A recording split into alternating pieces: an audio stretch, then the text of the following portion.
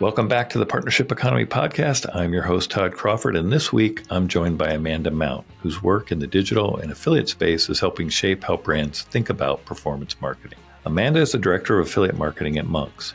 Here, she thrives on flexing her 15-year digital media expertise and interpersonal skills to craft powerful 360-degree campaigns. She's passionate about storytelling through data and constantly working to make performance analysis more accessible for clients. Amanda loves to deliver cost-effective, out-of-the-box strategies, including influencer storefronts and in-store promotions. Today, we'll explore how brands are blending affiliate and influencer models to unlock more authentic, scalable partnerships. From working with nano creators to building trust with leadership, navigating performance metrics, this discussion is packed with insights for brands and marketers ready to grow. I hope you enjoy. Hi, Amanda. Welcome to the Partnership Economy Podcast. It's great to have you on. I'm excited for our conversation today. Me too. Thank you so much for having me on. Yeah, so let's get started with just helping everybody understand who you are, where you work, and maybe some of the types of clients that you work with. Sure. So I work for a full service digital agency. It's called Monks, and we run clients' paid social, paid search, shopping. We have an entire creative team. We have an e-commerce team. We kind of do it all, to be honest. And I'm director of affiliate. It's a smaller arm of the agency, but we're small and mighty. We've grown really a lot over the last couple of years.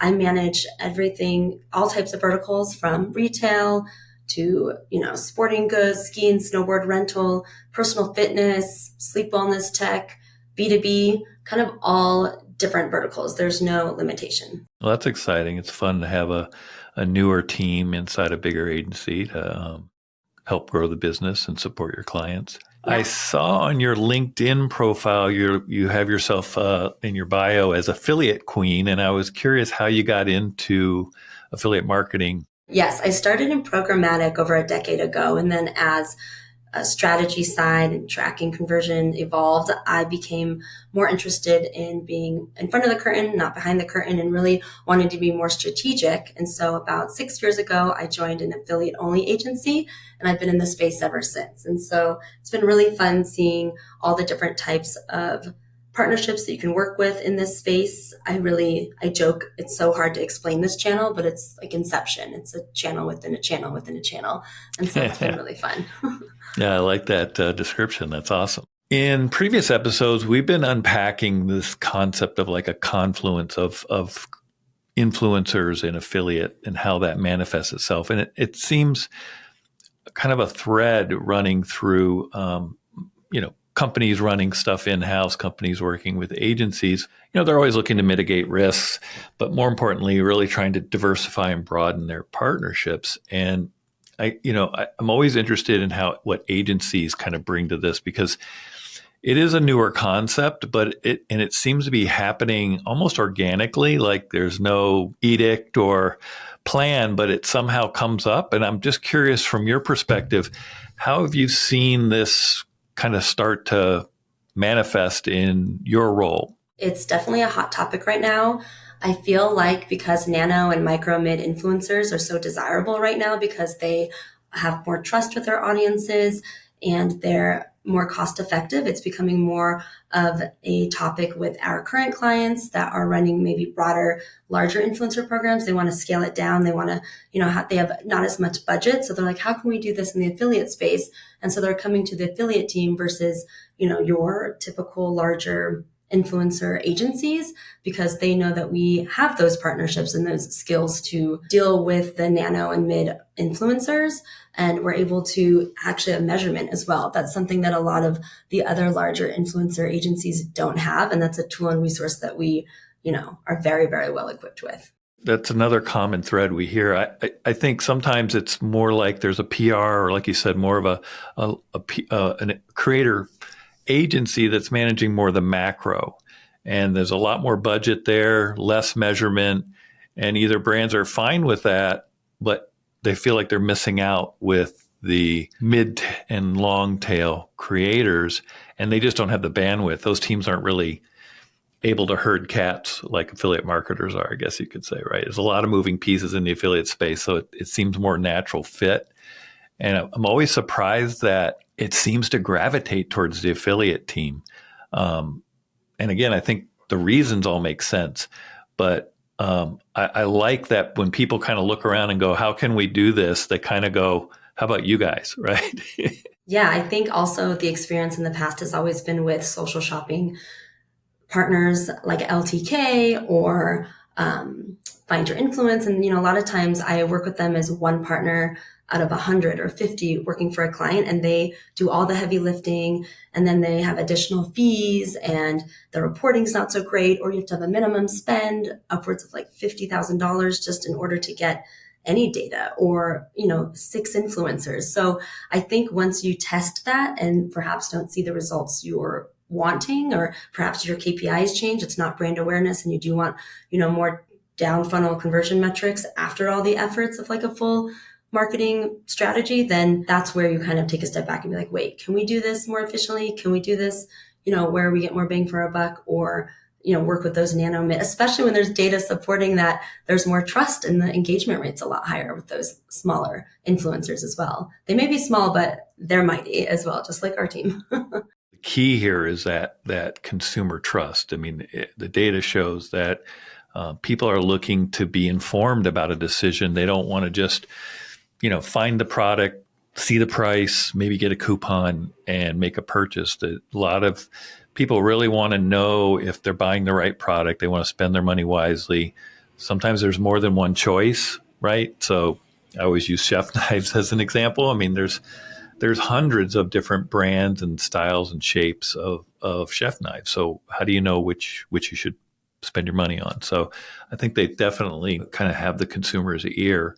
And I think one of the things I see a lot of brands, they feel like they can go it alone, right? That when it comes to developing and executing marketing strategies, but there's agencies out there, right? And I think sometimes they're either reluctant to add that cost, and they're trying to figure out like, what are we going to get for that, right? And I think there's a lot that agencies bring to the table that it's really hard to develop in-house. And I don't know if there's some things to top of mind that you want to bring up, but I think it's important to kind of understand like what the role of an agency is, especially like for a brand that's maybe got affiliate. They wish it were bigger. Always, every channel they wish was bigger, more cost effective. But they also maybe want to incorporate creators and don't know where to start. So maybe like, what are some of the things that you guys feel you bring to the table that helps brands kind of execute on these strategies?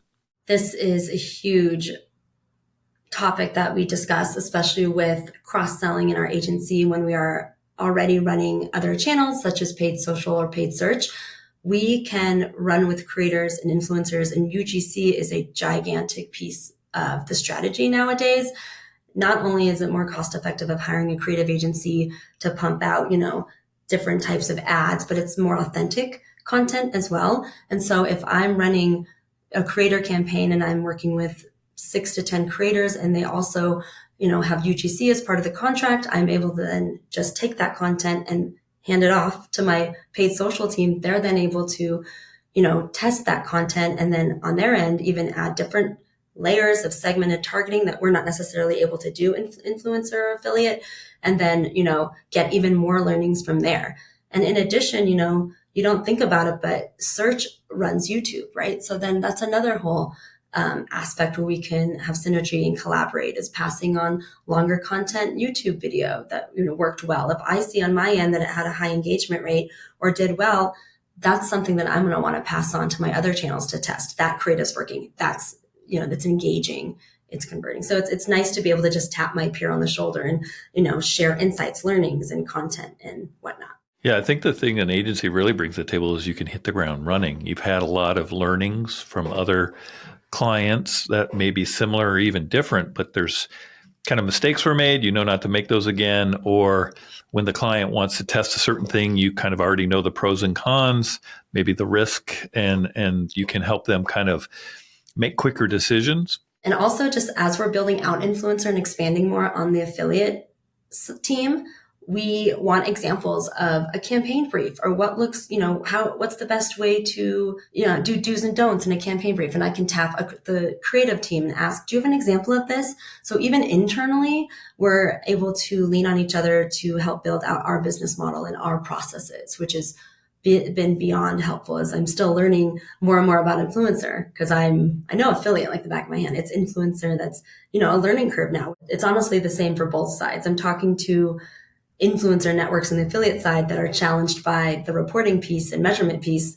whereas we're challenged more on the production piece and a little bit of the strategy piece, if that makes sense. What I always find interesting is that affiliates always kind of had creators, right? Like the YouTubers are kind of historically run through affiliate programs. I think now they're kind of bleeding into the creator teams as well. In general, affiliate teams are used to, or at least understand how creators work. It's a little bit different than having a coupon site or cashback, or even some of the editorial sites that write, reviews and listicles and gift guides. That whole content creation, firsthand user experience. Another challenge, as you pointed out, is the measurement. So I'm curious, from your perspective, what are some of the things that you're doing to better measure this and help clients understand the value, and also maybe even some of the compensation models that you guys are working with the micro influencers? I think the biggest learning I've discovered with this process is setting expectations, like setting appropriate expectations. I think that when there's your point of contact at a brand is so used to data and measurement from a search campaign, or exactly what's the structure of the ad campaign and exactly what is the click-through rate and etc. I've learned with the influencer channel that that's not necessarily the North Star, and the North Star changes per goal. So if it is like a big brand awareness, then yes, the engagement top metrics that we've been used to for years in the influencer channel are priority, but we're learning that, looking at a smaller influencer, looking at the engagement rates, like clicks aren't going to matter as much. And it's going to differ by size. It's going to differ by which platform you're on. It's going to differ by the content type. Is it long form? Is it short form? And so I think I've learned it's such a different process as far as setting those expectations and measurement, because we don't have those benchmarks like we do for other channels. I can look at, programmatic quarterly reports and see what the average click-through rate is or average view rate is for the fintech vertical. I don't have all of those metrics, and I've asked multiple influencer agencies that have been in the space for years, and they don't have that because they haven't measured it yet. They've only had impressions and engagement. And so it's just been really challenging explaining that to it's just a lot of education as well to the brands, and saying this is just a different ball game in a way. Like you're looking at, their audience. There's no like A/B testing. Like you can't do predictive A/B testing like you can with other channels. Like these audiences are so unique, and it's just such a customizable channel. Within our affiliate product, clients that are in what we call unlocked verticals or categories, we have quarterly benchmarking reports. And, it's really easy in affiliate once you work through what your benchmarks are going to be. It's very repeatable. And a lot of brands within a vertical are working with some of the same partners. So you can get benchmark data and know what kind of your gaps are and where you're stronger or weaker. We've been working on building out creator type ones, and it is all over the place. Like you said, it's so different. And I was just on a call yesterday with our data science team, and we have a lot of ideas, and then you go and mine the data, and then you look at it, and that gives you more ideas. But it's hard to get benchmarkable data that really can apply to lots of clients, even within a single vertical. To get statistically valid data, you have to just keep broadening it, which kind of dilutes it, but it's better than nothing. A lot of these brands that are coming to us don't have an influencer program at all. It's completely from the ground up because they haven't thought about it much, and they haven't invested in it much because it has been such a, one opportunity. It's like $50,000 for one influencer. That doesn't sound desirable, or people might not trust that may work. So now that it's becoming a little bit more accessible, with budgets and with, the types of influencers we're going to run, I think we tell them we are building this from the ground up. So we're building our own benchmarks. And that's the whole point in testing different content types and different types of audiences. I mean, I worked with a client not too long ago that didn't even have their personas built out for specific services. And so, that was a roadblock because I wasn't getting a campaign brief from that client. And I said, well, isn't that kind of part of our job? Aren't we trying to build out the personas for you? Perhaps, it's a personal finance product and, they want to appeal at first to the guy that talks about finance and all this and that. And I said, no, what about me, like the normal, a woman living in the city that, has a lot of social activities or whatnot. Like that's who you want to appeal to. I know personally for me, I'm not going to talk to the guy that's like this, stock Finance investor. bro. Yeah. Like that's not going to resonate with me. And they thought that was their persona. And I'm like, no, let's test all these. And so when I gathered and I casted for that campaign, I had everyone from a wedding photographer to a couple that just, is looking for an apartment that travels a lot to a personal chef that has, 3 kids. Cause it's like, there's so many different aspects that can, contribute to that type of audience. And you have to test that and you have to look in their engagement rate. It's fascinating. It's not cookie cutter at all. Even with affiliate, you can have like a fintech client or whatever and be like, okay, they're going to do great on investopedia.com. Like it's just not that black and white. If you're enjoying this podcast, we'd love to see you at Impact.com's partnership experience in Austin, Texas from June 9th through 11th. Join us for 3 days of partnership innovation, including future-focused keynotes, panels, and workshops, tons of opportunities to network and book meetings with publishers, brands, and more, a welcome reception at Bangers on historic Rainey Street, and IPX Fest, a festival-style party filled with all things Texas hospitality. To secure your ticket and a $150 discount, check out the episode description or go to events.impact.com/IPX Austin and enter code podcast. Finally, if you're interested in sponsorship opportunities, please email events@impact.com. Now back to the show. When you're kind of incorporating this alongside or within affiliate, I don't know how you kind of position it with clients, but are you looking at running campaigns the way kind of a PR or an influencer agency would have, maybe half a dozen campaigns throughout a year? Or are you looking at more like kind of that always on, or is it both? I mean, how do you see the micro influencers fitting in and their role? So there's a couple different solutions and there's different ways to look at how we propose strategy for an influencer campaign, especially in the affiliate space, because it is a smaller scale. First and foremost, it's going to depend on their budget, of course. That's a given. But also, if it's a brand that's not as well known, they don't have as much budget and they want to maybe perhaps go more the traditional affiliate route where there's a promo code where creators apply. That's maybe a brand ambassador strategy that I propose. Okay, let's get a custom landing page. Let's put it in your footer. Let's have people apply to be brand ambassador. And, we can do product exchange. We can provide a promotion for them to give to their audience. That's going to be more your traditional affiliate style, but still fall under influencer. If it's something that's a little bit more of an in-depth service, like we're talking to a women's health brand, and that's pretty personal. Someone's journey through their pregnancy or whatever, like that's going to be a long-term campaign. That's going to be in a specific geo as well. And so when it gets very niche like that, then I propose, let's focus on quality over quantity. Let's focus on 2 to 3 influencers. Let's look at their journey. Let's get content into their office visit, into the hospital. Like that's going to be more of a long-term relationship. And we want to work with that creator over and over again versus, maybe what you just asked, the couple campaigns, each campaign is long too. It's 4 to 6 weeks, which is different than a typical affiliate campaign. So, you have to take that into consideration, and that would be more maybe 3 or 4 campaigns a quarter. It's just so different. And then finally, there's UGC. If it's simply just want to get a lot of content created over a short amount of time, there's influencers that specifically just do that. So there's just a couple different routes to go. With the UGC, are you universally seeing that outperform brand created content in the social media marketing that that you're doing for brands? Is that kind of a broad stroke here? Yes, it always performs better.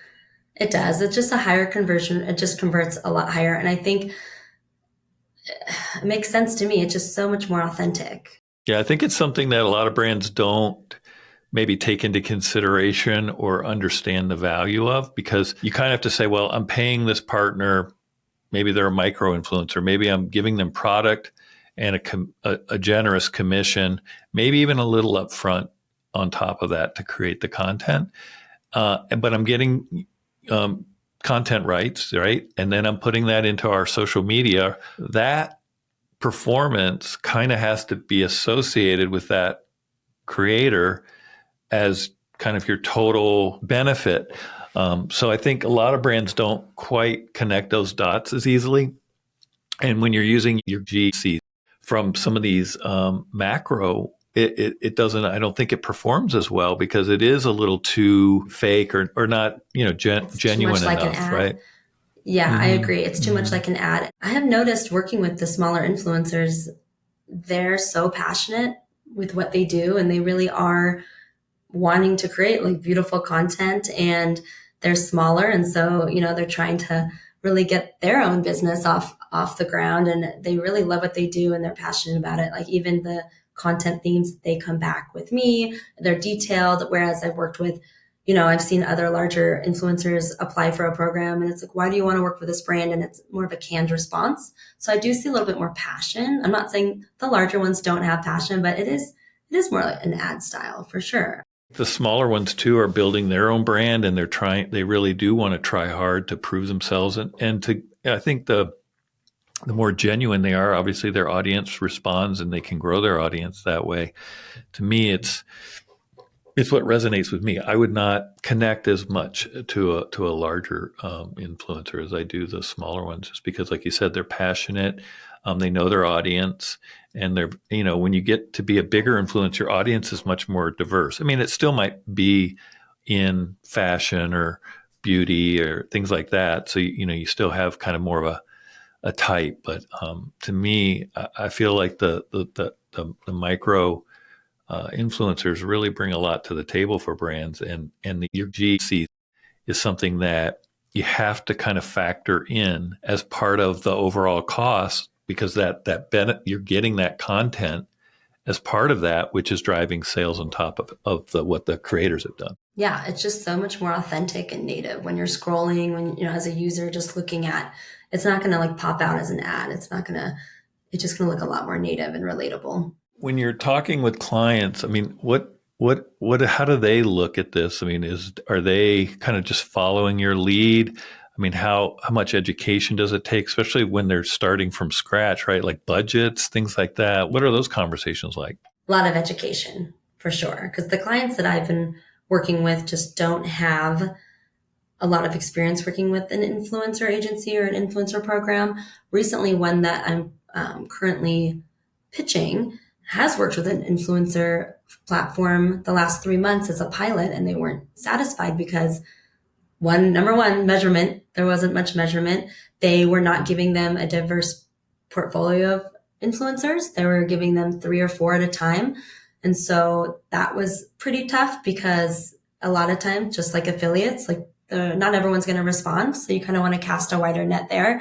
But yeah, it's definitely like, what do you recommend? What's your strategy? But having said that, there's so many questions still that come from, I can make, a great recommendation. And then there's always the questions about measurement or the why, which is great. We want to justify our recommendation, but then you have to educate them on kind of what we were talking about earlier. It's just so different with this channel. It's not cookie cutter.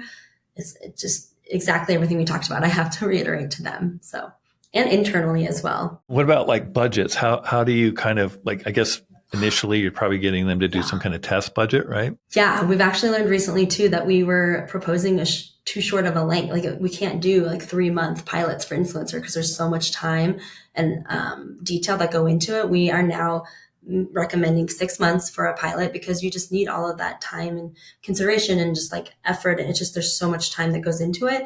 But as far as budgets, they don't know what they want. They don't even know the size of influencer, and each size of influencer is a different cost. And then it depends on how many deliverables. And then it depends if you want content usage rights.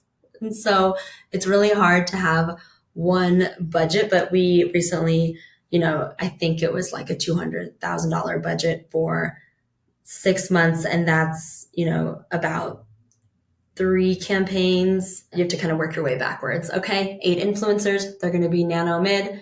They're going to have 1 deliverable. And this is what we recommend. Well, I mean, it's kind of like dipping your toe in the water. Once you get that, kind of get past that in the first 3 to 6 months, you kind of have enough there to have a conversation about it. It's kind of like going to a restaurant and, there's not enough on the menu that you want to eat.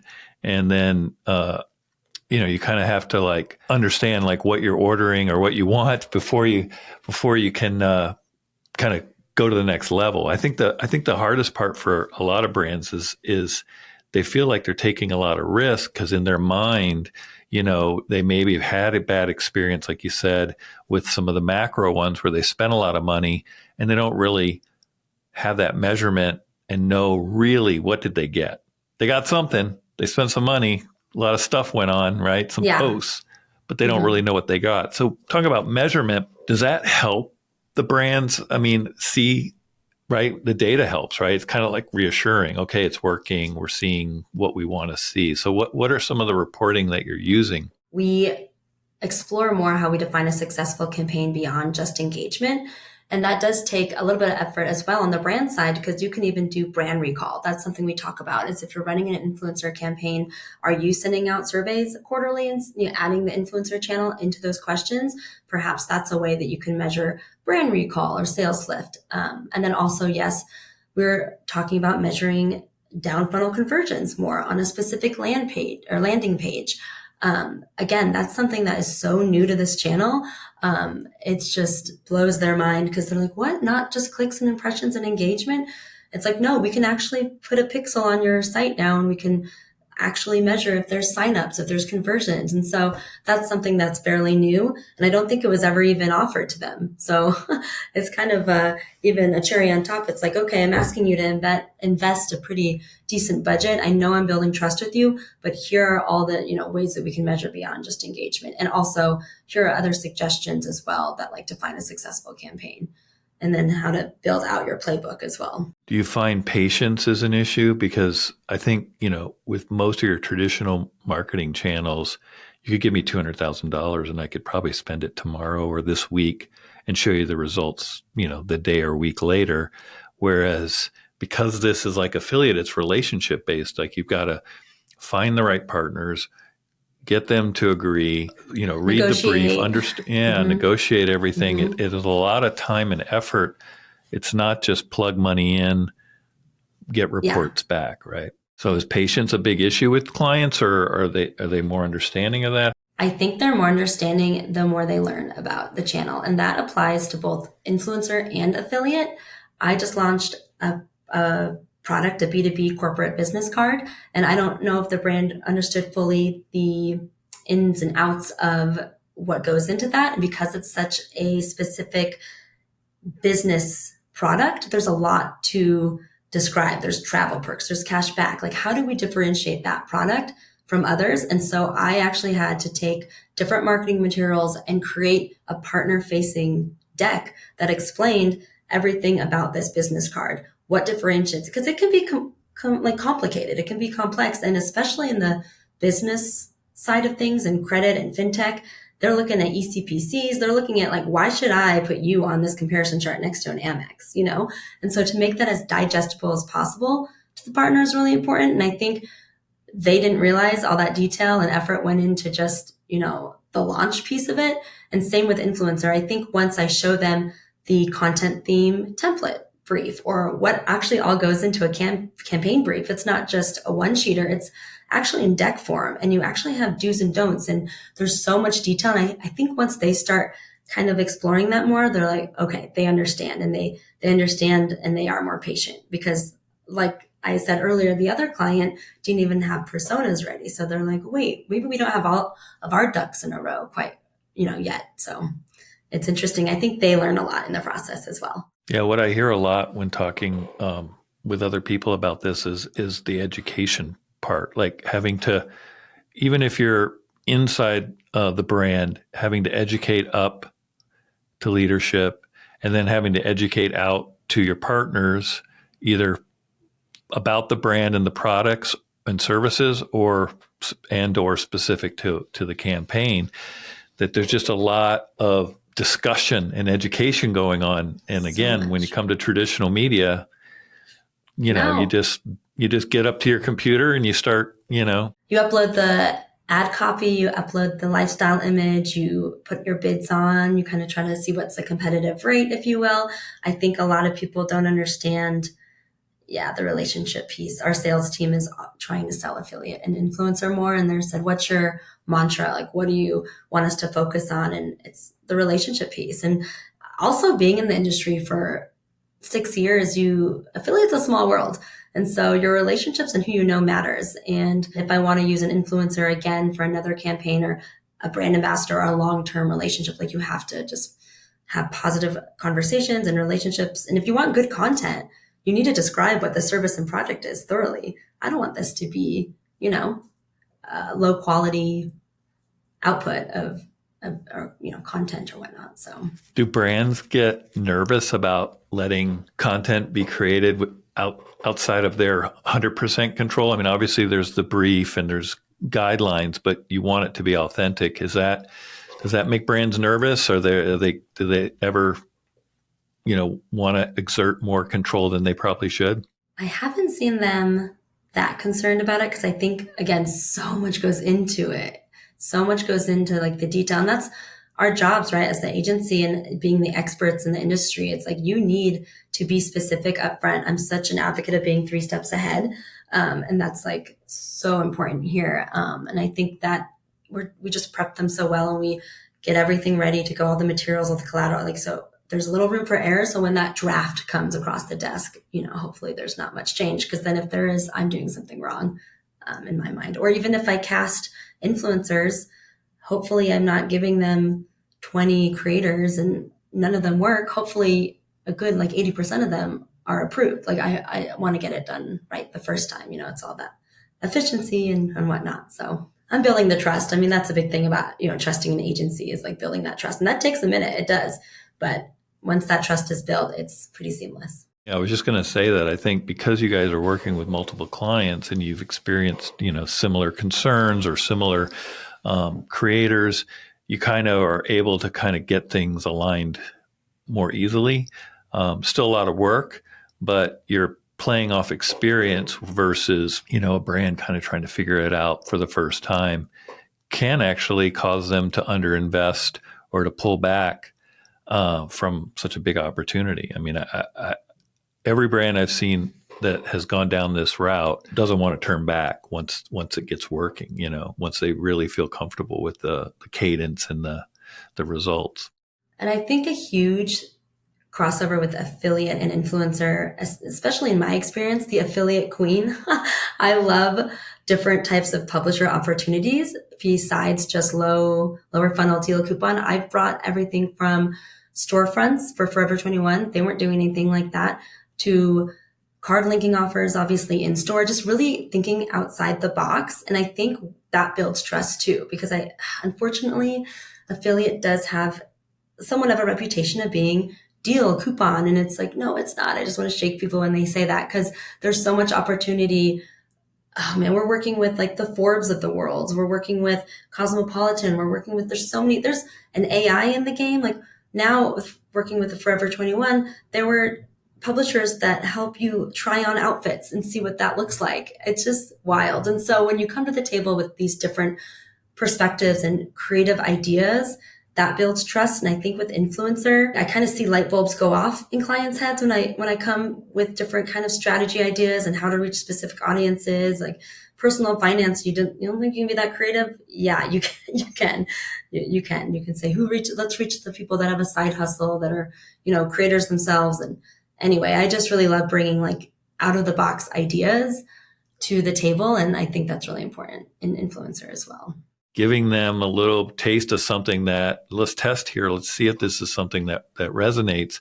It does. And then you can kind of move deeper into that partnership type. And I think that's where brands get really excited about this channel. Like you said, it's still relatively small, but it can get really exciting because these partnerships are not something you can get through any other marketing efforts. It's fun to kind of see and open the eyes to brands and everything they can do in that channel. And I don't know, that's why I love the affiliate space. Well, Amanda, I think we could go on for quite a bit more here, but I really appreciate you taking the time to share some of the stuff you guys are doing at Monks and how you're helping your clients not only grow their affiliate channel, but also incorporate those micro creators, which I think is, again, kind of the new horizon that we're all headed towards. I couldn't agree more. In the last 3 months alone, I've seen just it skyrocket and just so many changes being made. And so I'm excited to see what the future holds. Well, thanks again, and good luck with everything you guys are doing there. It sounds exciting. Thank you so much. The lines between affiliate and influencer marketing are blurring, and this opens up new opportunities for brands willing to experiment. Amanda shared how nano and micro influencers are becoming powerful assets thanks to their deep audience trust and authentic content. It's clear that with the right expectations, strategy, and education, these smaller creators can deliver a huge impact. From navigating budgets and content rights to setting realistic KPIs based on campaign goals, agencies play a crucial role in making partnership programs run smoothly. Whether you're launching a new creator program or evolving your affiliate mix, the key to success is aligning strategy with goals and being open to learning along the way. Keep testing, keep iterating, and lean on the people who've done it well before. Thanks for listening, and I look forward to next time.